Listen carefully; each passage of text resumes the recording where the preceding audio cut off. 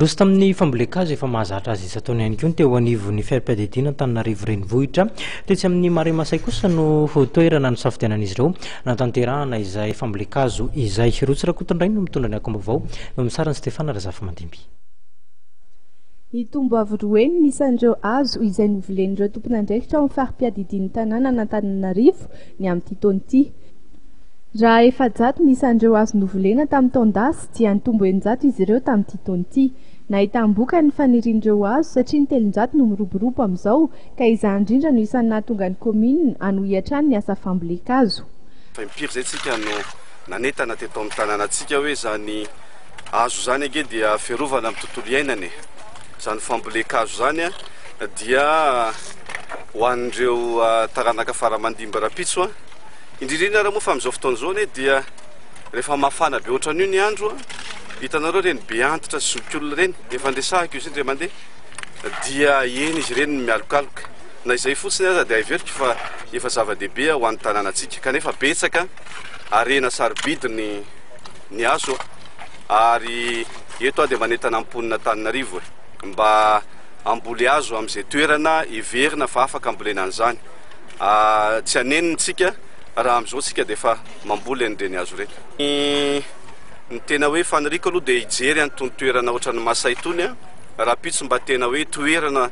afahamponina zany mantsiny tsy misy eto amin'ny tanànantsika mba afahamponina mba manana an'izany hoe fiadanan-tsaina fiadanam-po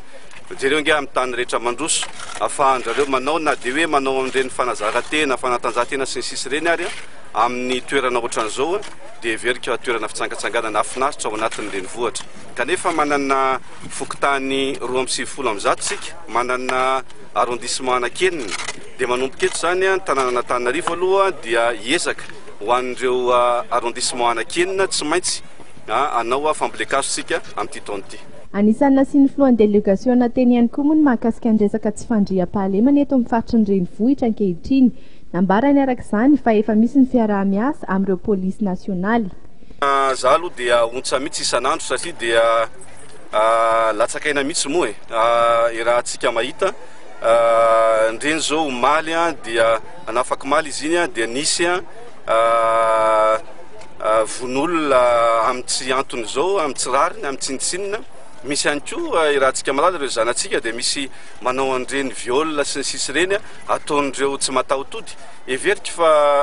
eto dia miantso mihitsy ny mpitandro filaminana sy ny mponina ray manontolo isaky ny fokontany isaky ny firaisana ny commune ray manontolo ary mba hiatrika marina amin'ny resaka filaminana io zany hoe ny insécurité eto amin'ny tanàn-dehibe ohatrana Antananarivo. Tsy mijanona hatreo ihany ny fanomezana asina ny tanànan'Antananarivo izay tanterahan'ny komina fa mbola hanohy izany hatrany izy ireo ka ny boribory tany ena dia tsy maintsy hahazo ny anjara fambolen-kazony.